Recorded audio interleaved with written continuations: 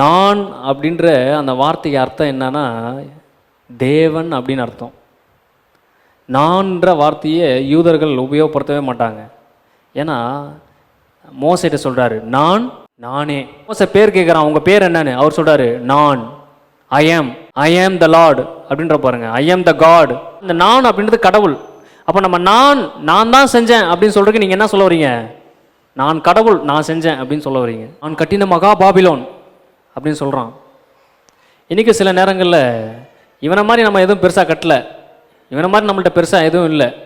ஆனால் சில வேலைகளில் நம்ம சொல்கிறோம் பாருங்கள், நான் மட்டும் இல்லைனா நீ உயிரோடு இருக்க மாட்டேன், நான் மட்டும் இந்த வீடு அன்றைக்கி வாங்கலைன்னா இன்றைக்கி நடுத்துறையில் தான் நின்றுக்கணும், நான் மட்டும் இன்றைக்கி அதை செய்யலைனா, நான் மட்டும் இதை பண்ணலனா, நான் மட்டும் இது சொல்கிறீங்களா இல்லையா?